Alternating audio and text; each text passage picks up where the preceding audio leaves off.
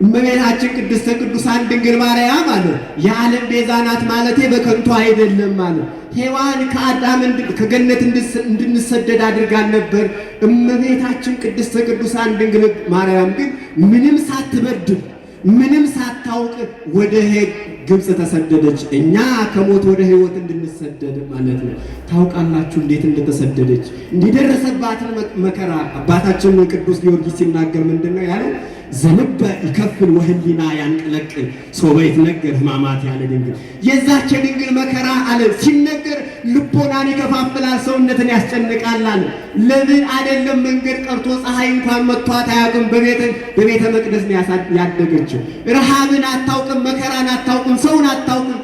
በዚያ ስትሰደድ ከሰማይ ዋዩ ከምድር የሸዋው ግለት ያቃጥላት ነበር። ስለዚህ ለሔዋን መድኃኒት ሆነች፣ የሔዋን ምትክ ሆነች። በእንተ ሔዋን ሞት መጽአነ ሞት ወደኛ መጣ።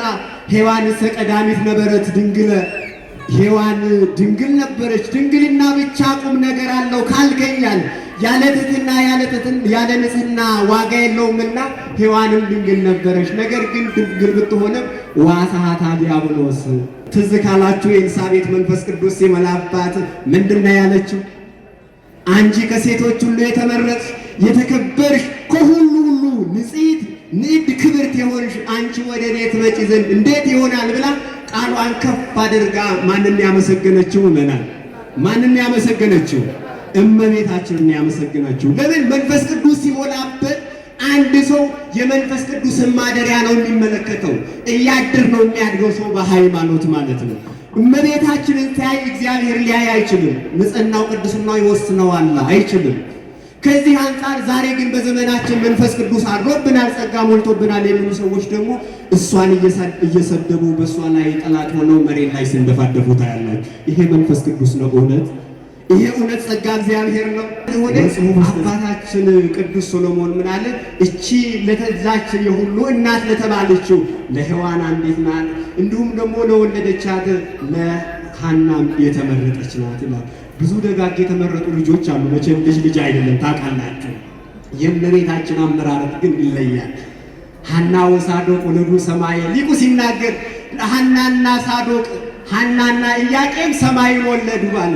ወሰማዩ ሙኒ አስረቀ ፀሐይ ከነሱ የተወለደችው ፀሐይ ደግሞ ፀሐይ ጽድቅ ክርስቶስን ወለደችልን አለ። ማንን ወለደች? ስለዚህ አምላክን የወለደች አምላክ በሷ የተወሰነ በሷ የተገለጸ ጀርባዋ ላይ ሲታዘን የነበረ ለሷ ሲታዘዝ የነበረ እሷ ብቻ ስለሆነ ሶሎሞን ይህን እያደነቀ ይናገራል። የዘመናችንን ባለቅኔ ምን አለ? በምን ትቆመት ድንግል ሙሴ ወዮሳ አለ። የዛች የሙሴና የዮሳ ልጅ ድንግል በምን ቆመች አለ? ሰማይ ወምድር ማነው በከርሳ ሰማይና ምድር በውስጧ ነውና ያለ እሷ በምንድን ነው የቆመችው? የት ነው? እሺ ህሊናችንን ለመሰብሰብ ስሙን ጠርተን እናማትም። በስመ አብ ወወልድ ወመንፈስ ቅዱስ አሐዱ አምላክ አሜን። ስብሐት ለእግዚአብሔር ቀዳማዊ ዘእንበለ ትማልም ማእከላዊ ዘእንበለ ዮም ወዳህራዊ ዘእንበለ ትማልም ወስብሐት ለማርያም ለዛ አስተጋባተን ውስተ ዝንቱ መካን። በቅድሚያ በባህሪው ሞት በዘመኑ ህልፈት በመንግስቱ ሽረት በርኅራኄው በፍቅሩ ወረት በቸርነቱ ስስት የሌለበት ልዑል እግዚአብሔር አምላካችን በዚህ በቅድስና ስፍራ የሰበሰበን የጠራን ለአንድነቱ ምንታዌ ለሶስትነቱ ርባዌ የሌለበት ስሙ ዛሬም ዘወትርም የተመሰገነ ይሁን። ለመነሳታችን መሰላል ለድነታችን ምክንያት የሆነች ምክንያተ ድኂን የትናንት ማንነታችን የዛሬ አለኝታችን የነገ ተስፋችን ከሲኦል ወደ ገነት ከሞት ወደ ሕይወት ከአሳር ወደ ክብር የተሸጋገርንባት ለቃል ርደት ለሥጋ እድገት ምክንያት የሆነች ምክንያተ ድኂን ቅድስተ ቅዱሳን ድንግል ማርያም የእሷም ስም የተመሰገነ ይሁን። አሐቲ ይእቲ ለእማ ወህሪት ለእንተ ወለደታ። ክቡር አባታችን መላከ ስብሐት ቆሞስ አባ ገብረ ሥላሴ አማረ የዚህ ታላቅ እና ጥንታዊ ደብር ዋና አስተዳዳሪ እንዲሁም የመንጋው ጠባቂ ክቡር መምህራችን ሊቀ ጉባኤ አምባዬ አባተ የደብሩ ስብከተ ወንጌል ኃላፊ፣ እግዚአብሔር አይናችሁን አይን እጃችሁን እጅ ልቦናችሁን ልብ አድርጎ ምዕመናንን የሚጎበኝበት አበው ካህናት፣ በአገልግሎት የምትመስሉኝ መምህራነ ወንጌል ሰባኪያን፣ ከሩቅም ከቅርብም መድኃኒተ ሥጋ መድኃኒተ ነፍስ ለማግኘት በዚህ በቅድስና ስፍራ የተሰበሰባችሁ የእግዚአብሔር ልጆች ሁላችሁም በየማይረጋችሁ ሰላም በእግዚአብሔር ስም ጠይቃችኋለሁ። እንደምን አደራችሁ? እንደምን አደራችሁ? እንደምን አደረሳችሁ?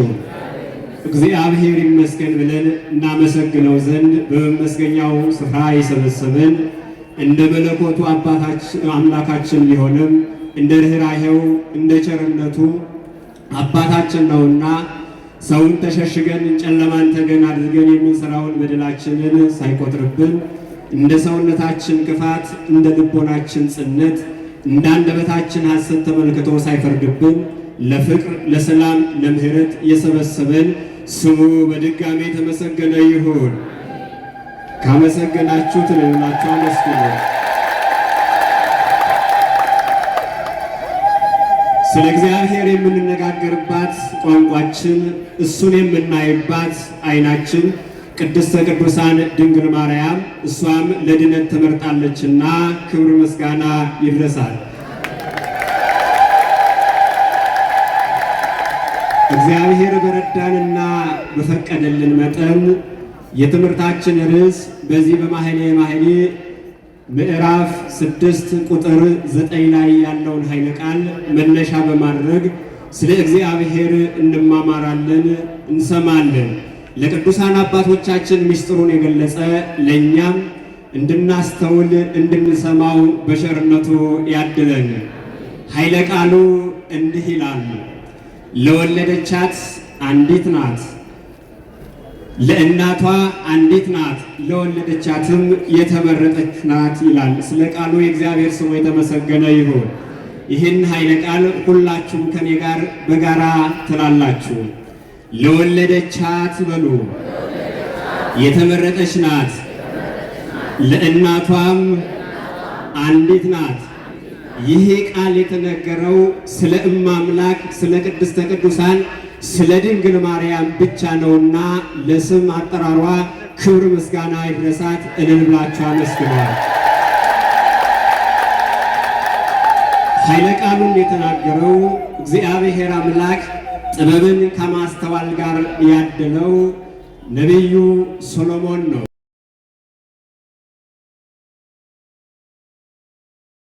እግዚአብሔር አምላክን የለመነው ልመና አለ። ልመናው ምንድነው?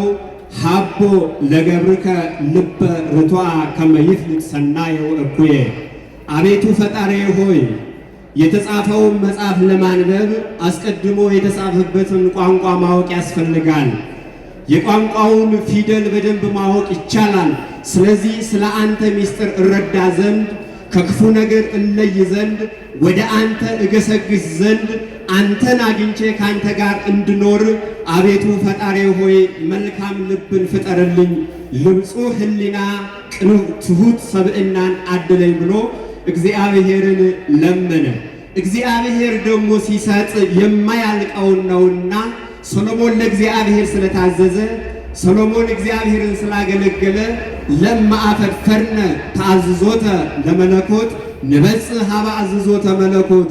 እግዚአብሔርን ካገለገልኑ ለእግዚአብሔር ከታዘዝን እግዚአብሔርን እስከ ማዘዝ ድረስ እንደርሳለን። ብዙ አባቶቻችን አስቀድመው ለእግዚአብሔር ስለታዘዙ ኋላ እግዚአብሔርን አዘውታል። ይህ ሶሎሞንም ለእግዚአብሔር ስለታዘዘ እግዚአብሔርን ስላገለገለ ምስጢሩን ይገልጽለት ነበር፣ ምስጢሩን ይነግረው ነበር፣ ያማክረው ነበር።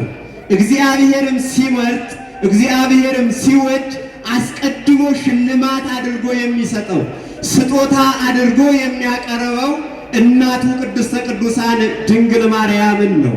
ይህንንም እናስተውል ዘንድ አስቀድሞ መልአኩ ቅዱስ ገብርኤል ስለ እግዚአብሔር ሕግ ስለ እግዚአብሔር አምላክነት ስለቀና እመቤታችን ቅድስተ ቅዱሳን ድንግል ማርያምን እንዲያበስር ለሷ መልካም ዜና እንዲነግር ተመርጧል። ወበንተ ዝንቱ ደለዎ ይጹር ዜናሃ ለማርያም እንዲህ። ከዚያ ቀጥሎ ሙሴም እግዚአብሔርን ስላገለገለ እመቤታችን ቅድስተ ቅዱሳን ድንግል ማርያምን በዳግሚት ሰማይ በዳግሚት ምድርነት ተቀበሏታል። ቅዱስ ዮሐንስም እግዚአብሔርን ከልቡ ይወደው ስለነበረ በዛ በመከራ ሰዓት በዛ በጭንቅ ሰዓት ከመከራ ይወጣባት ዘንድ ከችግር ይላቀቅባት ዘንድ እመቤታችን ቅድስተ ቅዱሳን ድንግል ማርያምን ተሸልሟል። ቅዱስ ኤልያስም ስለ ሕግ እግዚአብሔር ስለጸና ለአምልኮተ እግዚአብሔር ስለቀና እመቤታችን ቅድስተ ቅዱሳን ድንግል ማርያምን በመሶበ ወርቅ አምሳል ሸልሞታል። ሰሎሞንም የለመነው መልካም ነውና የጠየቀው ቀጥተኛ ጥያቄ ነውና እግዚአብሔር አምላካችን መድኃኒታችን ኢየሱስ ክርስቶስ ስለ እመቤታችን ስለ ቅድስተ ቅዱሳን ስለ ድንግል ማርያም ይገልጽለት ጀመር። ከዚያ ውስጥ ብዙ ጥቅስ ጠቅሷል፣ ብዙ ምስጢር ተናግሯል። ግን አመሰጠረ መሰለና ሌላውን አንደበቱን ሲገታበት ምስጢር ሲያልቅበት አይ ምን አደርጋለሁ እንግዲህ ይቺስ ለእናቷ ለሔዋን አንዲት ናት፣ ለወለደቻት ለቅድስታና ደግሞ የተመረጠቻት ብሎ እመቤታችን ቅድስተ ቅዱሳን ድንግል ማርያምን አመስግኗል። ይህ የመጽሐፍ ቅዱስ ክፍል ነው። ቅድም እንደነገርኳችሁ ምስጋናውን በኋላ በጋራ እናደርገዋለን። አንዴ ቃሉን እንስማና በእንግሊዘኛ የተጻፈውን ቋንቋ ፊደል ለማንበብ መልእክቱን ለመረዳት የእንግሊዘኛ ፊደል ማወቅ ያስፈልጋል። በአማርኛም በሌላም ቋንቋ የተጻፈውን አስቀድሞ የተጻፈበትን ቋንቋ ማወቅ ያስፈልጋል። መጽሐፍ ቅዱስን ለማወቅም መጽሐፍ ቅዱስን ለመረዳትም የእግዚአብሔርን ባህሪ የእመቤታችን የቅድስተ ቅዱሳን የድንግል ማርያምን ንጽሕና ቅድስናዋን ለማወቅ ለመረዳት አባቶቻችን 7 ነገር ያስፈልጋል ይላሉ። እኔ ግን 4ቱን ነግሬያችሁ ወደ ትምህርታችን እንገባለን። እግዚአብሔርን ለማወቅ እግዚአብሔርን ለመረዳት በመጽሐፍ ቅዱስ ውስጥ ያለውን ምስጢር ለማወቅ እንዲገለጽልን አስቀድሞ የተጻፈው ስለ ሃይማኖት ነውና ሃይማኖታዊ ልንሆን ያስፈልጋል። ሃይማኖተኞች ልንሆን ያስፈልጋል።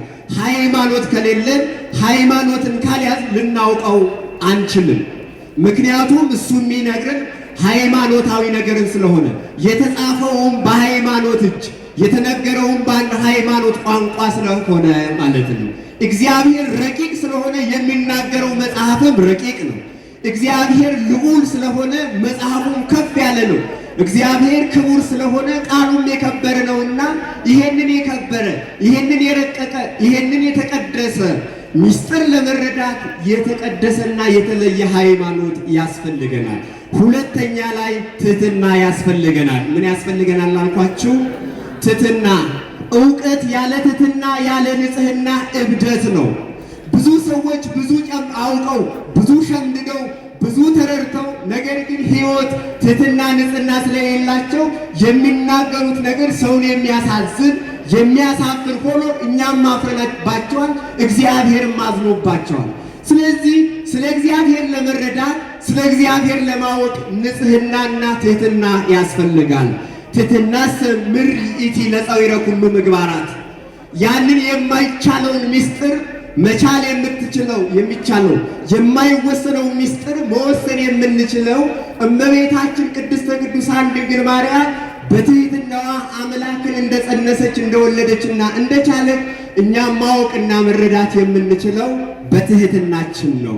ትዕቢተኛ ልብ ይህን መጽሐፍ ቅዱስ ሊያውቅ ሊረዳ አይችልም። ለዚህ ነው ሶሎሞን በምሳሌ ምዕራፍ 29 ቁጥር 23 ላይ ሰውን ትዕቢቱ ታዋርደዋለች ይላል። ስለዚህ ትህትና ከሌለው ንጽሕና ከሌለው ይህንን ቅዱስ መጽሐፍ ሊያውቅ አይችልም። የእግዚአብሔርን ባህሪ ሊረዳ አይችልም። የእመቤታችን የቅድስተ ቅዱሳን ንጽሕና ሊያውቅ አይችልም።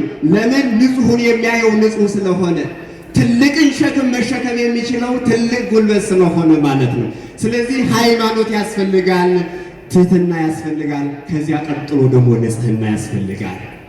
ምክንያቱም አባቶቻችን ነቢያት በንጽሕናቸው ንጹሕ ልቦና ስላላቸው ንጹሕ ሕይወት ስለነበራቸው እዚህ ቁጭ ብለው ሰማይ ያለውን እግዚአብሔር ይመለከቱ ነበር። ሰማያዊ ምስጢር ይረዱ ነበር። ክፉዎቹ ግን ልቦናቸው ስለጨለመባቸው፣ ዓይናቸው በክፋት ስለታወረባቸው አብሯቸው እንኳን እያሉ ክርስቶስን ሊያውቁት አይችሉም፣ ሊረዱት አይችሉም። ለዚህ ምስክራችን ይሁዳ ነው። ክርስቶስ አብሮ ሲመላለስ አያውቀውም ነበር። ያ ከግራ የተሰቀለ ክፉ ወንበዴ ነው አንዱ። ነገር ግን ንጹሕ የሆነ ሰው ክርስቶስ በመከራ ውስጥ እንኳን ሆኖ ቢታየው እንደዛ በቀኝ እንደተሰቀለው ሰው ሰማይ ተከፍቶ በአንድነት በሦስትነት ሲመሰገን ያየዋል። ክርስቲያንን ቦታ አይወስነው፣ ክርስቲያንን ዘመን አይወስነው፣ ዕድሜ አይወስነው። የሚወስነው ንጽሕና ነው፣ ከእግዚአብሔር ፍቅር የሚለየው ማለት ነው። ታውቃላችሁ፣ አይሁድ ከስር ሆነው በድንጋይ ሲወግሩት፣ ክፉ ነገር ሲናገሩት፣ ያ ከግራ የተሰቀለው ክፉ ሰው ልቦናው ክፉ ስለሆነ አይሁድን ስለሚመለከት አብሮ ይሳደብ ነበር። ያ ደግ ሰው ግን በቀኝ የተሰቀለው ምንም ሽፍታ ቢሆን ነገር ግን ልቦናውን ከፍ ስላደረገ ከፍ ብሎ ወደ ላይ አይቶ እግዚአብሔርን ወልድ ኢየሱስ ክርስቶስን ለከ ኃይል ለከ ስብሐት እያሉ መላእክትን ሲያመሰግኑ ያይ ይረዳ ነበር። ዛሬም እንዲህ ነው። ወደ ቤተ ክርስቲያን ስንመጣ በንጹሕ ልቦና ከሆንን ይሄ ቦታው መላእክት ክንፋቸውን ዘርግተው ለእግዚአብሔር ሲሰግዱ፣ ክርስቶስን በቤተ መቅደስ ሲፈተት፣ ሥጋው ሲቆረስ፣ ደሙ ሲቀዳ እናያለን። መላእክት ከካህናት ጋር አንድ ሆነው እግዚአብሔርን ሲያመሰግኑ እናያለን። ክፉ ከሆንን ግን እዚህ ውስጥ የሚሰራውን በደል፣ እንደ ድንገት የሚነገረውን ክፋት እንሰማለን። እግዚአብሔር ከዚህ ይሰውረን። ስለዚህ ነገር እግዚአብሔርን ለመረዳት ለማወቅ አስቀድመን ንጽሕናን ያስፈልጋል። ለዚህ ነው ቅዱስ ዮሐንስ በድርሳኑ ምን አለን? አሃዊነ ናጥሪ እንከ መቅደመ ኩሉ ልበ ንጹሐ ወፈድፋደ ሰሶ በልትናገር ነገራት እግዚአብሔር። ወንድሞቼ አለ በዚህ ምድር ስንኖር ሁሌ ልቦናችንን ንጹሕ ማድረግ ያስፈልገናል። መልካም ልቦናን መያዝ ያስፈልገናል። ይበልጥ ስለ እግዚአብሔር ስለንነጋገራለን። ይበልጥ ስለማ ስለንነጋገራለን? በሰረቀ አንደበት፣ በተሳደበ አንደበት፣ በሰረቀ እጅ፣ በገደለ እጅ የእግዚአብሔር ነገር አይመሰጠርም። የእግዚአብሔር ምስጢር አይታወቅም።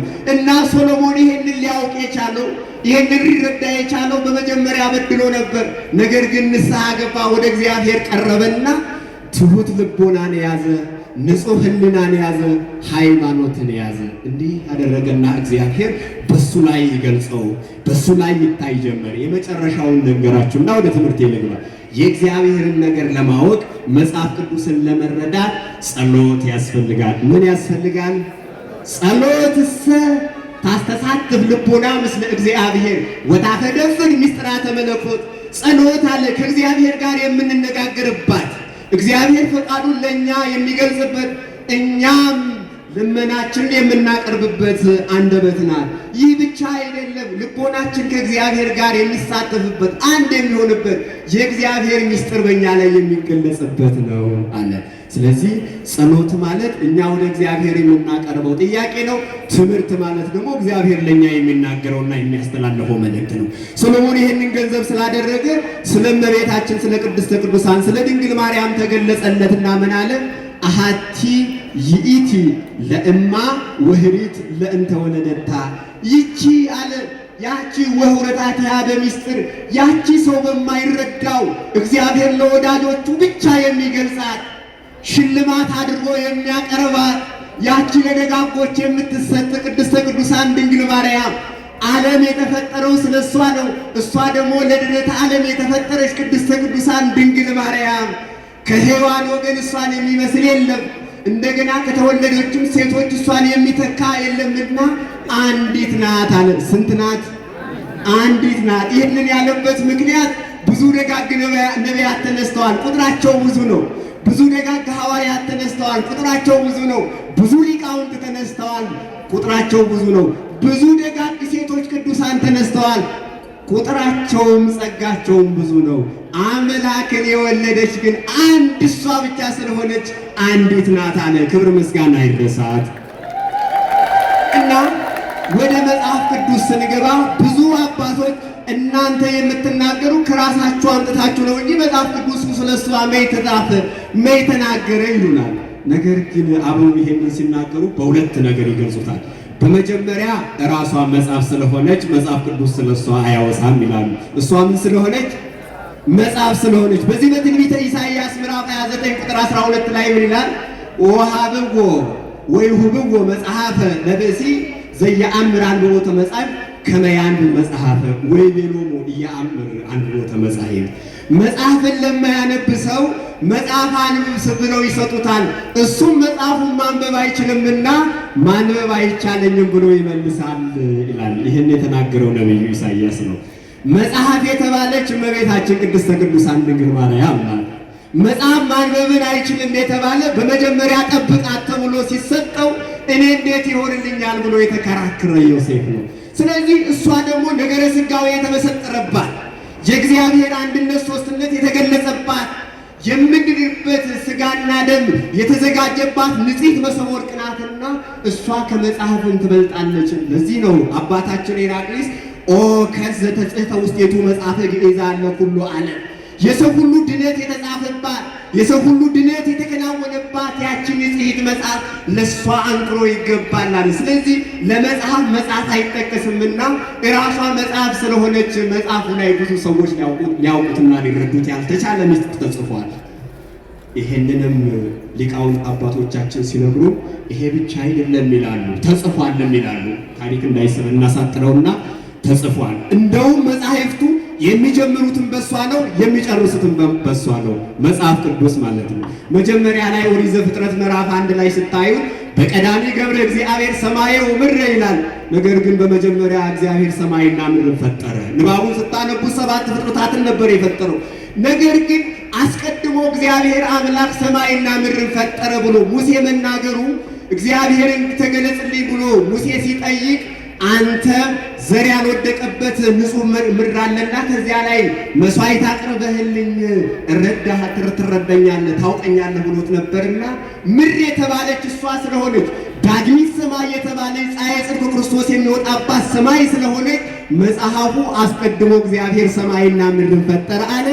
አብ ያለ እናት የሚወልደውን የወለደውን የሰው ሕሊና ሳይመረምረው ዘመን በሌለበት ጊዜ የወለደውን እመቤታችን ቅድስተ ቅዱሳን ድንግል ማርያምን በዚህ ምድር ላይ ለሰው ድነት ተመረጠ ይሲልን ነው ሙሴ። ስለዚህ መጽሐፉ መጀመሪያው መግቢያው ራሱ ይሄንን ነው የሚነግረን፣ ይሄንን ነው የሚገልጽልን ማለት ነው።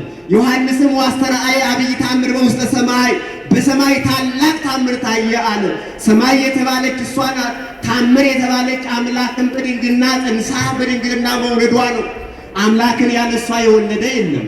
እንዲሁም ደግሞ ከሰው ወገን በድንግልና ጸንሶ በድንግልና የወለደ ማንም የለም። ፍጥረታትን ሁሉ በምግቡ የሚመግበውን ሁሉን የሚችለውን አምላክ ጡቷን አጥብታ ያሳደገች በጀርባዋ ያዘለች ልጄ ብላ ያዘዘች ከሷ በስተቀር የለችምና በዚህ ሰማይ ላይ ታላቅ ተአምር ታየ አለ። ስለዚህ መጽሐፍ ስለሷ ተጽፏል ይላል። መጨረሻው ላይ ደግሞ ስትሄዱ ዮሐንስ ራእይ ምዕራፍ 22 ላይ ዋረአይም እግዚአብሔር አብይ ፈለገ ዘውስቴቱ ነማይ ዘመነቃ ሕይወት እግዚአብሔር አምላክ ረጅም ተራ ወንዝን አሳየኛል። ከዚያ ከወንዝ ነጭ ውሃ ይፈልቅ ነበር አለ። ምን አይነት ውሃ? ነጭ ውሃ። አነ ውእቱ ማየ ሕይወት ያለ ክርስቶስ ነው። ውሃ የተባለ ጌታችን መድኃኒታችን ኢየሱስ ክርስቶስ ነው። ሰፊ ወንዝ የተባለች ደግሞ ጸጋዋ የበዛላት ክብር የተሰጣት የተመረጠች ቅድስተ ቅዱሳን ድንግል ማርያም ናት። ክብር ምስጋና ይድረሳል። ስለዚህ መጻሕፍቱ ስለ እሷ ነው የሚያወሱት። ብዙ ሰዎች ምንም ቢሉ ቤተ ክርስቲያናችን ግን ክብሯን ስለምታውቅ ስለ ክብሯ ሁሌ ትመሰክራለች። አባ ጊዮርጊስ 3 የሚደንቁኝ ነገሮች አሉ አለ። የዘመናችን ሊቃውንት ደግሞ አብልተው አስፍተው ምናሉ 3 ደራቅ ምስጢሮች አሉ አለ። ይሄም በአንድነት ያለ ሶስትነት፣ በሶስትነት ያለ አንድነት፣ በአምላክነት ያለ ሰውነት፣ በሰውነት ያለ አምላክነት፣ በእናትነት ያለ ድንግልና፣ በድንግልና ያለ እናትነት። እግዚአብሔር አንድም ሶስትም ነው ብንል እኔና እናንተ የምናውቀው ሶስትና አንድ አይደለም የሚገልጸው። እግዚአብሔርም ሰው ሆነ ያ ሰውም አምላክ ነው ብንል እኛ በምናውቀው በምንረዳው አይደለም። ወአስተርእዮቱ ለነ በሥጋ ይትካሃለነ ናእምሮ ዘከመ ድሎቱ ሰው መሆኑ መገለጹ ለእኛ መታየቱ እኛ እንደሚቻለን የምንመረምረው አይደለም። ዝንቱሰ አብይ ምስጢር ውእቱ ወባቱ ተወከፎ በሃይማኖት ይሄ ድንቅ ምስጢር ስለሆነ በሃይማኖት እንቀበለው አለ። በምን እንቀበለው? በሃይማኖት እንቀበለው አለ። ስለዚህ እነዚህ ድንቅ ታምራቶች አሉ። ከዚያ ውስጥ ሁሉ ሊቃውንት አባቶቻችን ጸጋው ሲበዛላቸው በመጀመሪያ የሚናገሩት ስለሷ ነው። መንፈስ ቅዱስ ስለሚያድርባቸው ማለት ነው። ውስጥ ተጸልየ ልብክሙ በልቦናቸው የተጻፈ ስለሆነ ሁላችሁ መልሶ እናንተ ነው እና ሰሎሞን አንዲት ናት ያለበት ምክንያት ሶስት ነገሮችን ተናግሬ ትምህርቴን አጠናቅቃለሁ። መጀመሪያ ሰሎሞን አንዲት ናት ያለበት ምክንያት እመቤታችን ቅድስተ ቅዱሳን ድንግል ማርያም ገና ከመወለዷ አስቀድሞ ገና ወደ ዓለም ከመምጣቷ አስቀድሞ በአባቶቻችን በቅዱሳን አበው በነቢያትም በቅዱሳን በወዳጆቹ በትንቢት እየተመሰጠረች በምሳሌ እየተመሰለች ትጠበቅ ነበር። እመቤታችን ቅድስተ ቅዱሳን። ለዚህ ነው ጴጥሮስ በአንደኛ መልእክቱ ምዕራፍ 1 ቁጥር 10 ላይ ዛቲ ይእቲ ጥንተ መድኃኒትክሙ እንተ ወስኦድዋ ወሐሰስዋ ነቢያት እለተነበዩ በእንተ ክብርክሙ።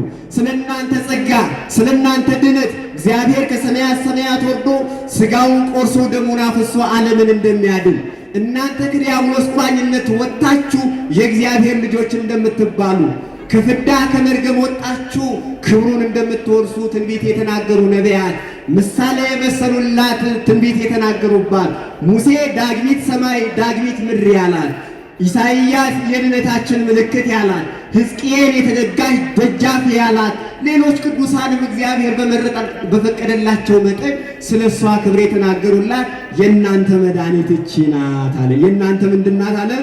መድኃኒት። ስለዚህ መድኃኒነቷ ይጠበቅ ነበር። ሰው ሁሉ በፍዳ ተይዞ ነበር። ሰው ሁሉ በፍዳ ተይዞ ነበር። እመቤታችን ቅድስተ ቅዱሳን ድንግል ማርያም ግን በአዳም ባህሪ ውስጥ ንጽሕት ቅድስት ሆና ትተላለፍ ነበር። ማርያም እሰታት ውስጥ ተከርሱ ለአዳም ከመባህሪ ጻዳ። እመቤታችን ቅድስተ ቅዱሳን ድንግል ማርያም እንደ ነጭ ዕንቁ እያበራች በአዳም አካልና በቅዱሳን አባቶች ትተላለፍ ነበር ይላል። ይሄ አይቻልም እንዳንል እግዚአብሔር ሁሉ ይቻለዋል። ይቻለዋል አይቻለውም? እግዚአብሔር ይቻለዋል። ወዳጅ እንኳን እናቱን ቀርቶ እንኳን የምታሳድገውን እንኳን የምትወልደውን የምታጠባውን ቀርቶ ሕጉንም የጠበቁትን አባቶቻችን አክብሯቸዋል። በደመና ሰውሯቸዋል። በእሳት ውስጥ አሳልፏቸዋል። እችን እናቱን ግን ቅድስተ ቅዱሳን ድንግል ማርያምን የእሱ ድንቅ ምስጢር የሚገለጽባት የእሱ ማንነት የሚነበብባት ድንቅ መጽሐፍ ናትና ንጽሕት አካል ሆኖ በአባቶቻችን አብራክ ነበረች። ለዚህ ነው በማእከለ አስዋክ አባታችን ቅዱስ ሰሎሞን አሁንም ጸጋው ይበዛለት ስለሷ ሲመለከት ሾክ በበዛበት በሾክ ውስጥ የበቀለች የሱፍ አበባ ነው። ሾክ ያለው ፍዳ መርገምን ነው። አበባ የተባለች እመቤታችን ቅድስተ ቅዱሳን ድንግል ማርያምን ነው። ፍሬ ከመፍራቱ ከመታየቱ አስቀድሞ የሚታየው ምንድን ነው? አበባ ነው። ስለዚህ ክርስቶስን የምትሰጠን ክርስቶስ ከሥጋዋ ሥጋ ከነፍሷ ነፍስ ተዋሂዶ መለኮቱን በዚያ አዋሂዶ አንድ አካል አንድ ባህሪ አድርጎ እኛን የሚያድንበትን ንጽሕት መሰሎ ወርቅ እሷ ስለሆነች ይቺ የሱፍ አበባ ነገር ግን የበቀለችው በሾህ መካከል ነው ይላል ሊቁ ዮሐንስ አፈወርቅም። ታዲያ ስለሷ ሲናገር ምን አለ?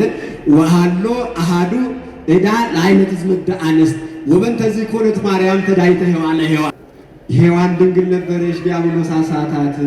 ወሰሚዐ ቃልን ዲያብሎስ ወለደት ቃይል ሐዘን ሆነ ምክንያተ ሞት። ሔዋን ድንግል ሆን ነበረች፣ ግን ድንግልናዋ እያለ ዲያብሎስ መፍሯት አሳስቷት የሞት ምክንያት የሆነ ቃይልን ወለደች።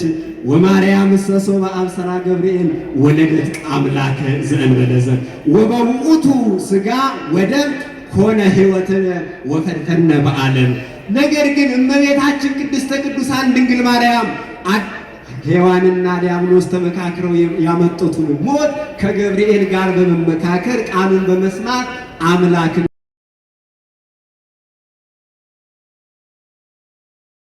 ሞቱ እኛ ከበርን። እሷ ለአምላካችን ለኢየሱስ ክርስቶስ ቅጠልን ቆርስ ቀጥፋ አልብሳ ጡቷን አጥብታ አሳድጋ እኛ ከሱ ጸጋ ለበስን፣ ሥጋውንና ደሙን ተመገብን ይላል። ለዚች እናት ክብር ምስጋና አይረሳ። ለዚህ ነው አባታችን ቅዱስ ቄርሎስ ሲናገር ምን አለ? ወከመዝ ተመክሩ አበዊነ ሶበ ሰማይዋ ለቅድስት ድንግል ወላዲት አምላክ አለ። አባቶቻችን ቅዱሳን ደስ የሚላቸው የሚመኩት የሚረኩት አለ። አብኒ ወለደ በዘዚአሁ መለኮት ዘኢኮነ ዘዚአሁ ሥጋ ወማርያምኒ ወለደት በዘዚአሃ ሥጋ ዘኢዚአሃ መለኮት። ያ አብ በራሱ መለኮት በወልድ ሥጋን የራሱ ልጅ አድርጓል። ይሄ አይደለም የሚደንቀው፣ እግዚአብሔር ይቻለዋል። እንደኛ ሰው ሆና እንደኛ በጠባብ ደረት የተወሰነች እመቤታችን ቅድስተ ቅዱሳን ድንግል ማርያም ያንን የማይወሰነውን ያንን የማይታየውን ያንን የማይዳሰሰውን አምላክ ወልዳለችና እሷን ወላዲተ አምላክ ብለው ሲያመሰግኑ ልቦናቸው ደስ ይለው ነበር፣ በግፈተ መንፈስ ቅዱስ ይቀጣጠሉ ነበር ይላል አባቶቻችን ማለት። እኛም የአባቶቻችን ልጆች ስለሆነ እንራባለን አንል፣ ልጇ ምግብ ነው። እንጠማለን አንል፣ ልጇ መጠጥ ነው። እንራቆታለን አንል፣ ልጇ ልብስ ነው። እንሞታለን እንዳንል፣ ልጇ ሕይወት ነው። ይጨልምብናል እንዳንል፣ ልጇ ብርሃን ነው። እንረክሳለን እንዳንል፣ እሱ ቅዱስ የሚቀድስ ነው። ስለዚህ የአክል ሃይማኖት ርቱ ዘአልቦ ነውር፣ ነውር የሌለበት ሃይማኖት ይበቃል። እንዲሁም ወእምነት በእግዝእትነ ቅድስት ድንግል ማርያም ከመ ወላዲተ አምላክ ይእቲ። አባ ቄርሎስ ሲናገር ሃይማኖትም ይበቃል አለ። ሃይማኖታችን የሚጸናው ግን ሚስጥረ ሥላሴን ሚስጥረ ሥጋዌን በመረዳት ነው። ሚስጥረ ሥላሴ ቀዳማዊ ልደቱን ከአብ እንደተወለደ ይነግረናል። ዳህራዊ ልደቱ ላይ ግን 3 ነገር አስፈልጎት ነበር። ጊዜ፣ እሱም 5500 ዘመን፣ ቦታ ቤተልሔም፣ ሰው እመቤታችን ቅድስተ ቅዱሳን ድንግል ማርያም። ስለዚህ እግዚአብሔር ለእናትነት መርጧታልና በእሷ እንመካለን ነው። ለሁላችሁ አመስግኑ። ይሄንን ስላየ ሶሎሞን እቺ አንዲት ናት አለ። ስንት ናት? አንዲት ናት። ነገር ግን ወሁርታቲሃ በሚስጥር በጊዜው ሚስጥረ እግዚአብሔር ለተረዱ ሰዎች ነው እንጂ የምትታወቅ አልነበረችም። በሚስጥር ነበር እግዚአብሔር ሲገልጽላቸው የነበረው። ልክ ወደ እሱ ቀረብ ሲሉ አስቀድሞ የሚያሳያቸው እሷን ነው። ኢሳይያስን ላድን ነው ዓለምን ልፈውስ ነው አለው። ሲያሳየው እመቤታችን ቅድስተ ቅዱሳን ድንግል ማርያም በብርሃን ሰሌዳ ላይ ተስላ አየ። ከዚያ በእሷ ላይ ደግሞ ጌታችን መድኃኒታችን ኢየሱስ ክርስቶስ በእጇ ላይ ተቀምጦ አየ። ስለዚህ ምን አለ?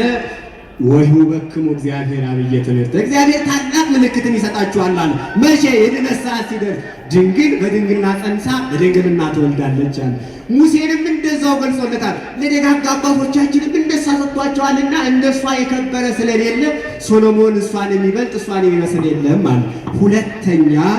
ሁለተኛ ላይ አያቲ የተባለች እመቤታችን ቅድስተ ቅዱሳን ድንግል ማርያም ፍጥረት የማይወዳደራት ፍጥረት የማይመስልባት መንገድ አንዱ አምላክን በመውለድ ነው። ምን አልኳችሁ?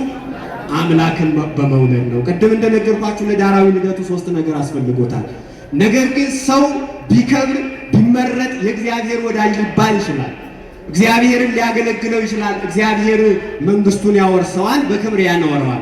ነገር ግን እንደ እመቤታችን እንደ ቅድስተ ቅዱሳን ድንግል ማርያም ማኅፀኑን የእግዚአብሔር መንበር፣ ጀርባውን የእግዚአብሔር ዙፋን፣ ጡቱን የእግዚአብሔር ቀለብ አድርጎ የኖረ ማንም የለ። እግዚአብሔር ብዙዎቹን ልጆቼ ብሏቸዋል። እንደሷ ግን ልጄ ብሎ እግዚአብሔርን የጠራ መጥራት ብቻ አይደለም፣ በማኅፀኑ የወሰነ የእግዚአብሔር ማኅፀን ሆና የእግዚአብሔር ቤተ መቅደስ ሆና ያገለገለች ኦ መቅደስ ዘለሊሁ ተክህነ እግዚአብሔር በውስጤቱ፣ እግዚአብሔር በአንድነት በሶስትነት በውስጡ ሲመሰገን የነበረ መቅደስ እመቤታችን ቅድስተ ቅዱሳን ድንግል ማርያም ነው። ይሄ በእሷ ማኅፀን አልተወሰነም፣ በእሷ ማኅፀን አልተመሰገንም ካልን እግዚአብሔርን ቦታ ይወስነዋል ማለት ነው። ነገር ግን መጻሕፍት እንደሚነግሩ ሊቃውንት እንዳመሰጠሩልን እግዚአብሔር አባታችንም እንደሚገልጽልን እግዚአብሔር ከላይ ሳይጎድል በምድር ሳይወሰን በእመቤታችን በቅድስተ ቅዱሳን በድንግል ማርያም አድሮ ነበር። የሚሸከማትን እሱ የሚችላትን እሷ እንድትችለው አድርጓት ነበር። ለምን? ስለመረጣት ማለት ነው። ለዚህ ነው ለዘወለዶ አብ እምቅድመ ዓለም በሚስጥር ዘይትነገር ዘእንበለ መንጸፈ አንስት ከማሁ ማርያምን ወለደቶ በሥጋ በሚስጥር ዘይትነገር ዘእንበለ ሩካቤ ተባኤታል። አብ ቅድመ ዓለም የሰው ሕሊና በማይመረምረው ልመርምርን ቢልም በማይደርስበት መንገድ ያለ አብ እናት የወለደውን ወልድ ኢየሱስ ክርስቶስን እመቤታችን ቅድስተ ቅዱሳን ድንግል ማርያምን ጌታችን መድኃኒታችን ኢየሱስ ክርስቶስን የሰው ሕሊና በማይመረምረው መንገድ ያለ አባት ወለደችው ይላል። ያለምን ለዚህ ነው ቅዱስ ማቴዎስ በዚህ በማቴዎስ ወንጌል ምዕራፍ 1 ቁጥር 18 ላይ ሲነግረን ምን አለ? ወተረክ በጽንስተ ዘንበለ ይትራከቡ። እመቤታችን ቅድስተ ቅዱሳን ድንግል ማርያም ከዮሴፍ ጋር ሳይገናኙ በመንፈስ ቅዱስ ግብር ጸንሳ ተገኘች። በምን ግብር አልኳችሁ? በመንፈስ ቅዱስ ግብር እግዚአብሔርን የጸነሰች ጸንሳም የወለደች ያሳደገች እመቤታችን ቅድስተ ቅዱሳን ድንግል ማርያም ብቻ ስለሆነ የት ነው የተወሰነችው? የት ጋር ነው የምትገለጸው ይላል። ስለዚህ አምላካችን መድኃኒታችን ኢየሱስ ክርስቶስ ሰማይና ምድርን በእጁ የያዘ ነው። ለጴጥሮስ እንዳሳየው እሱም እንደሚገለጸው ማለት ነውና እመቤታችን ቅድስተ ቅዱሳን ድንግል ማርያም የእግዚአብሔር ምስጢር የተመሰጠረባት የእግዚአብሔር ድንቅ ነገር የሚነገርባት ትልቅ ታላቅ እናት ናትና ከሁሉ የተለየች ናት። ሐዋርያው ቅዱስ ጳውሎስ እኮ እንዲህ ነው ያለው፣ ዘቦ መንፈሰ ክርስቶስ ኩሎ ይተሐሰስ ወሎቱስ አልቦ ዘይተሐሰሶ። መንፈስ ቅዱስ ያደረበት ሰው ሁሉን ይመረምራል አለ። ስንቱን ይመረምራል አልኳችሁ? ሁሉን ይመረምራል። መንፈስ ቅዱስ ያደረ እሱን ግን የሚመረምረው የለም አለ። እመቤታችን መንፈስ ቅዱስ ብቻ አይደለም ያደረባት፣ የመንፈስ ቅዱስ ቃል የሚሆን ወልድ ኢየሱስ ክርስቶስ በማኅፀኗ አድሮ ልጇ ነው የሆነው ማለት ነው። ዘይቴዝዝ ቅድም እንደልኳችሁ ለማ አፈድፈደ ብእሲ ታዝዞተ ለመለኮት ይበጽሕ ታዝዞተ መለኮት። ሰው ለእግዚአብሔር በመታዘዙ ብቻ ለእግዚአብሔር በማገልገሉ ብቻ መለኮትን እስከ ማዘዝ ድረስ ይደርሳል። እሷ ግን መታዘዝ ብቻ አይደለም፣ አምላክን በመውለድ ነው፣ በማዘዝ ነው፣ በማሳደግ ነው እግዚአብሔርን ያገለገለች። ያለ ኃጢአቷ የተራበች፣ ያለ ኃጢአቷ የተሰደደች፣ ያለ ኃጢአቷ መከራን የተቀበለች። ነገር ግን ሐዋርያው ቅዱስ ጳውሎስ ድሆይ ስንሆን ሁሉም ባለጸጋ እናደርጋለን፣ ምንም የሌለን ስንሆን ሁሉ የኛ ነው እንዳለ እሱ ክርስቶስን አምኖ ክርስቶስን ተከትሎ እንዲህ ካለ አምላክን የወለደች እመቤታችን ቅድስተ ቅዱሳን ድንግል ማርያም ሁሉ ያለው ሁሉ ለሱ ሁሉ ከእርሱ ሁሉ በእርሱ የሆነው ልጇ ነውና ሁሉ ስላላት ሁላችንም ሕይወታችንን ታስተካክልልን፣ ከመከራ ሥጋ ከመከራ ነፍስ ትሰውረን። ስለዚህ ሶሎሞን አምላክን እንደወለደች አምላክን እንዳሳደገች ከእሷ በስተቀር ማንም የሌለ ስለሌለ እቺ ለእናቷ አንዲት ናት፣ የተመረጠች ናት አለ። ከዚያ ቀጥሎ ሶስተኛ ላይ የማስቀምጥላችሁ እመቤታችን ቅድስተ ቅዱሳን ድንግል ማርያም የድነት ምልክት ናት። የምን ምልክት ናት አሏኳችሁ? ኢሳይያስ ቅድም እንደነገረን ዮሐንስ እንደመሰከረልን እንደገና በዘመናችንም ያሉ አባቶቻችን ታምር ምንድን ነው ብለህ ብትጠይቀኝ ልመልስልህ ብዙ ታምራት አሉ። ሙሴ ባሕርን ከፍሏል ለእግዚአብሔር ስላገለገለ። እንዲሁም ደግሞ ኤልያስ ሰማይን ለጉሟል፣ ኢያሱም ፀሐይ አቁሟል። እኔ ግን ከታምር የሚበልጥ ታምር ልንገርህ ያለ ያለ ወንድ ዘር አምላክን መጸነስ። ያለ ወንድ ዘር ምን አልኳችሁ? አምላክን መጸነስ፣ በድንግልና አምላክን መውለድ፣ ሰው ሆኖ አምላክን ማሳደግ። ይሄ ድንቅ ታምር ነውና የድነታችን ምስክር ነው። ትንሣኤዋ ምልክታችን ነው። ለምን እግዚአብሔር ተነሳ ብንል ሕይወት ነው፣ ይቻለዋል። ነገር ግን እኛ እንደሚቻለን እኛ እንደምናውቅ እንደምንረዳ እመቤታችን ቅድስተ ቅዱሳን ድንግል ማርያም ምልክታችን ስለሆነች ትንሣኤዋን አገልጾልን እኛም እንደምንነሳ በትንሣኤው ገለጸን። የዚህ ምስክሩ ደግሞ ሰው ንጹሕ ነው በተፈጥሮ፣ ሰው ቅዱስ ነው በተፈጥሮ። ዓለም ሁሉ ሲረክስ እሷን ንጹሕ አደረገና ንጹሕ ዘር አስቀርቶ እቺ የሰው ዲዛይን ናት አለ።